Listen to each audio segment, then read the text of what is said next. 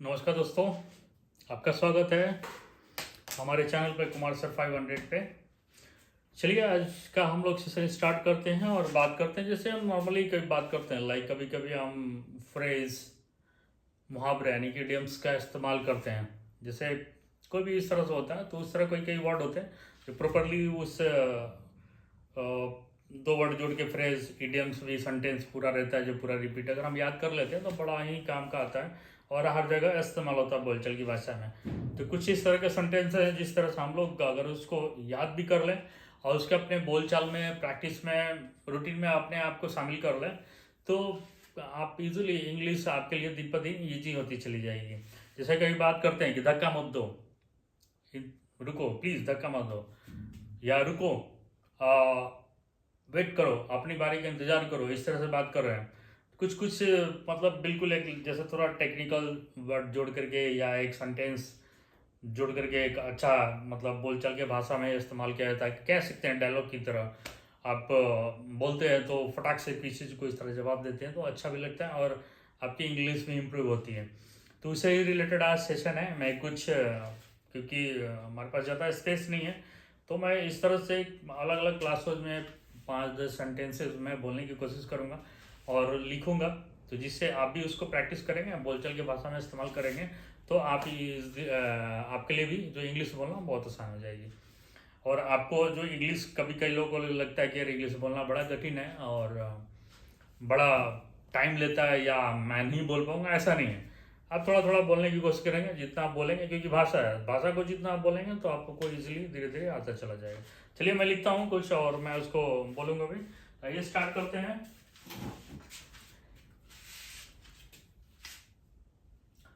जैसे मैंने एक लिखा ये,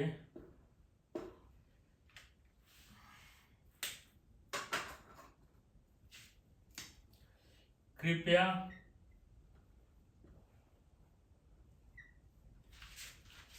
धक्का देना बंद कीजिए, धक्का देना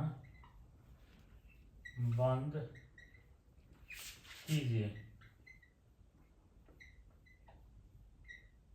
एक हो गया। सेंटेंस दूसरा मैं लिखता हूं,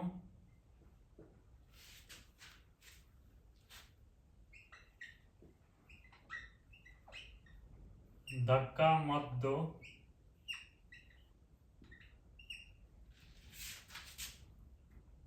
कृपया अपने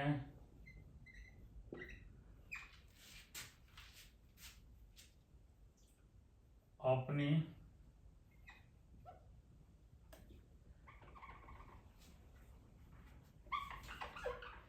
कृपया अपनी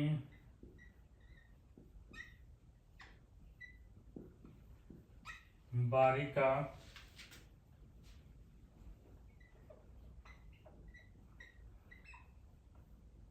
इंतजार करो।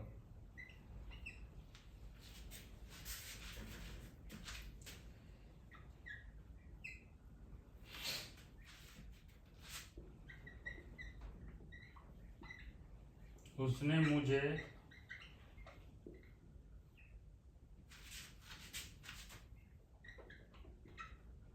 वहां जाने के लिए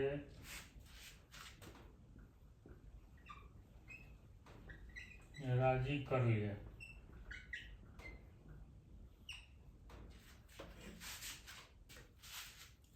चौथा,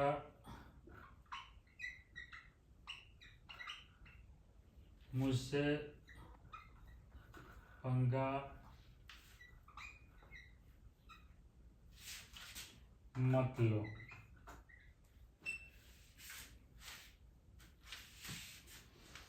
इस तरह के कुछ सेंटेंस हैं जो आम बोलचाल की भाषा में हर जगह आपको इस्तेमाल में आता है। आप हर बार इसको फेस करते हैं। कहीं मान लीजिए आप ट्रेन में चढ़ रहे हैं या मान लीजिए कि पब्लिक बस में ट्रेवल कर रहे हैं, ट्रेन में जा रहे हैं, कहीं और भीड़ भाड़ जगह पे जा रहे हैं तो मान लीजिए कोई धक्का दे रहा है, रुक जाओ, धक्का मत दो प्लीज़, धक्का मत दो, अपनी बारी का इंतजार करो। या बोलते धक्का मत दो, वेट होल्ड, इंतजार करो अपने समय का, या थोड़ा रुको, अभी जगह होता है तो मैं तुमको देता हूँ। इस तरह से बोलचाल की भाषा में होती है। तो हम लोग को डेली रूटीन में हम लोग कहीं भी ट्रेवल करते हैं, कहीं भी बाजार भी जाते हैं, पब्लिक बस में चढ़ते हैं या भीड़ भाड़ इलाके में जाते हैं, तो वहाँ पे इस तरह के सिचुएशन का फेस करना होता है। तो हमें इंग्लिश में कैसे बात करना है, कोई भी धक्का दे दे तो धक्का मत दो, तो इस तरह से बात करते हैं। मैंने आपको 4 सेंटेंस लिखा है, एक जगह नहीं, मैं एक और लिखूंगा, कम से कम 5 लिखूंगा, जिससे आगे आप थोड़ा सा 5 भी प्रैक्टिस करेंगे, छोटा छोटा थोड़ा थोड़ा थोड़ा सेंटेंस इस तरह का इस्तेमाल करेंगे, तो आपका एक कह सकते हैं डायलॉग की तरह आपको याद हो जाएगा, और अपने अपने जीवन में इस्तेमाल करेंगे तो धीरे धीरे आप इंग्लिश भी अच्छी बोलना चालू कर देंगे। जैसे कृपया धक्का देना बंद कीजिए, कोई माल बार बार कर रहा है तो उसको आपने बोला कृपया धक्का देना बंद कीजिए, मतलब बार बार ये पुश मत करो, धक्का मत दो, कृपया अपनी बारी का इंतजार करो, उसने मुझे वहां जाने के लिए राजी कर लिया। ऐसे कोई बात कर रहे हैं, चलो उसने बोला कि चलो यहाँ से नहीं वहां चलो, यहाँ राजी कर लिया मेरे को, मुझसे पंगा मत लो। या मान लीजिए बार बार कर बहस हो जाती है तो आदमी बोलते हैं मुझसे पंगा मत लो, मतलब मेरे से मत बहस मत करो, झगड़ो मत। तो उस तरह के सिचुएशन में इस तरह का हम बोलचाल की भाषा में इस्तेमाल होता है। तो हम कैसे लिखते हैं इसको, इसको बोलते हैं stop जॉसलिंग please.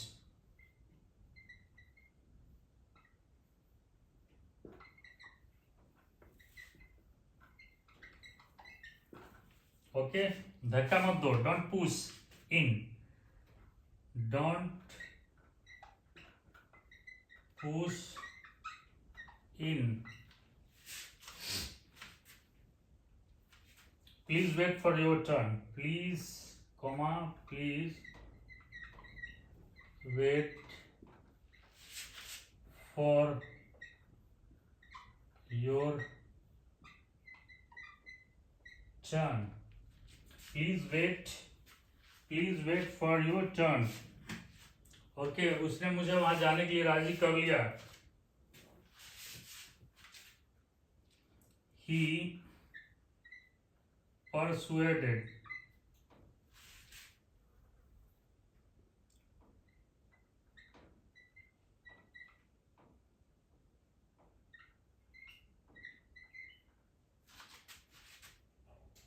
me to go there,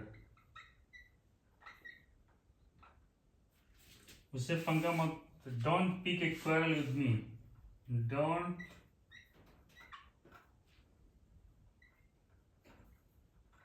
pick a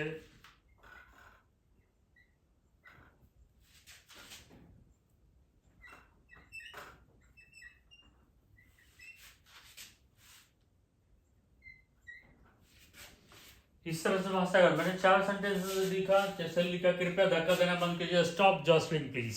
इस तरह से कोई बार बार आपको धक्का देता है तो आप इंग्लिश में कैसे बोलेंगे, स्टॉप जॉसलिंग प्लीज।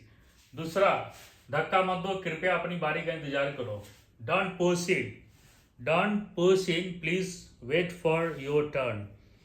ओके, उसने मुझे वहां जाने के लिए राजी कर लिया, ही परसुएडेड, परसुएडेड मीन्स राजी कर लेना किसी को अपना मतलब कोई भी चीज़ आप बोलते हैं तो अगला वाला राजी हो जाता है, मतलब सहमत हो जाता है आपसे, मतलब म्यूचुअली कंसेंट हो जाता है। म्यूचुअली कंसेंट तो थोड़ा सा अलग वर्ड हो जाता है कि दोनों का विचार मिलता हो तो उसको म्यूचुअल कंसेंट बोलते हैं। लेकिन यहाँ पे उसने हमको कोई भी काम करने के लिए जो मेरे को बोला, मैं राजी हो गया, तो वही है, he persuaded me to go there, वहाँ जाने के लिए मुझे राजी कर लिया। इस तरह बात करते हैं, कभी कोई बातचीत करते रहते हैं, यार आप वहाँ जा रहे हो, उनकी शादी में जा रहे हो, नहीं पहले तो इच्छा नहीं थी जाने की, लेकिन अभी क्या उसने मेरे पास आके बैठ के बातें किया और मेरे को राजी कर लिया कि नहीं आपको भी चलना है। तो उस तरह से हम बोले he persuaded me to go there, to attend marriage party, attend birthday party, आप इस तरह से कोई भी चीज ऐड कर सकते हैं, या attend any type of function, that function you are going to attend, तो उस वहाँ पे ऐड करके आप वो बोल सकते हैं। तो इस तरह की जो भाषा है डेली रूटीन में हर जगह हमें जरूरत पड़ती है, तो थोड़ा थोड़ा इस तरह से हम बोलना सीखेंगे तो इजीली हम इंग्लिश बोल पाएंगे। अगला, मुझसे पंगा मत लो, डोंट क्वारल, क्वारल में झगड़ा करना होता है, लेकिन don't quarrel with me, don't pick a quarrel with me, मतलब मुझसे पंगा मत लो। डोंट पिक अ, ए नहीं बोलते हैं, अ उच्चारण करते हैं, ये आर्टिकल है, आर्टिकल के बारे में भी आगे पढ़ेंगे। तो don't pick a quarrel with me, मुझसे पंगा मत लो। आप एक बार व्यू कर लीजिए, व्यूज कर लीजिए। तो मैं आगे एक और लिख देता हूँ आपका यहाँ पे 5वां नंबर, यहाँ जगह कम है।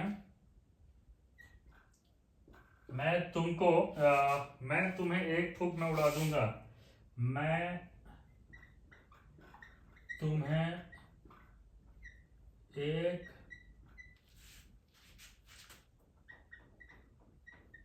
फूक में उड़ा दूंगा। ये आपका हो गया। मेरे से पंगा मत लो, नहीं तुमको एक फूक में, मतलब बोलते हैं ना कि अरे एक झटका दूंगा तुम यहाँ से कहाँ जाओगे, कोई नहीं होगा।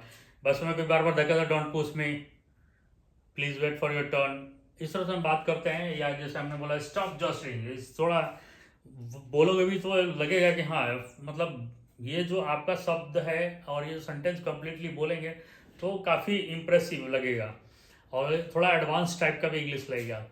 तो स्टॉप जस्लिंग भी, तो उसमें जैसे हमने मुझसे पंगा मत लो तुम, नहीं तो मैं तुम्हें ये कर दूंगा, इस तरह से लोग फाइटिंग में बात करते हैं, तो उसको हम बोलते हैं ये आई will brush you aside. I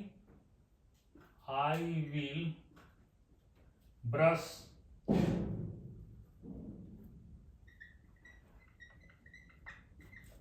side. और साइड एक ही सेंटेंस है। I will brush you. I will brush you. I will brush you aside. ये आपका हो गया। चलिए हम लोग एक बार और रिपीट कर देते हैं। कृपया धक्का देना बंद करो, उसको क्या बोलेंगे? Stop jostling please. धक्का मत दो, कृपया अपनी बारी का इंतजार करो। Don't push in, please wait for your turn. इसके उसने मुझे वहां जाने के लिए राजी कर लिया। He persuaded me to go there. मुझसे पंगा मत लो, don't pick quarrel with me. मैं तुम्हें एक फूक में उड़ा दूंगा। I will brush you aside. तो ये 5 सेंटेंसेस मैं लिखा, इसको आप ज़्यादा से ज़्यादा बोलने का कोशिश कीजिए। अपनी कन्वर्सेशन में इसको इस्तेमाल कीजिए, रिपीट कीजिए, कई बार रिपीट कीजिए, तो इससे आपको एकदम बिल्कुल कंठस्थ भी हो जाएगा और आपके जस्ट लाइक ए हैबिट में आ जाएगा। तो जब भी आपको कहीं जरूरत पड़ेगी आप फटाक से बोल पाएंगे। जब आप बोल पाएंगे तो धीरे धीरे आपके लिए भी कन्वर्सेशन में इंग्लिश बोलना बहुत ईजी हो जाएगा। तो मैं चाहूँगा मेरे चैनल को आप सब्सक्राइब करें, लाइक करें और ज़्यादा से ज़्यादा लोगों में शेयर करें। एक बार आप व्यू कर सकते हैं। मैं वैसे ये पिक्स लेकर के भी अपने जो पोस्ट होता है उसमें डाल दूंगा, उसमें भी आप देख सकते हैं। इस तरह से और भी कोई आपको क्वेरीज हो, कमेंट हो या कुछ भी आप पूछना चाहते हो, मेरे आप इस वीडियो पे या पोस्ट पे आप टेक्स्ट कर सकते हैं, मैं उसका रिप्लाई दूंगा। Thank you so much.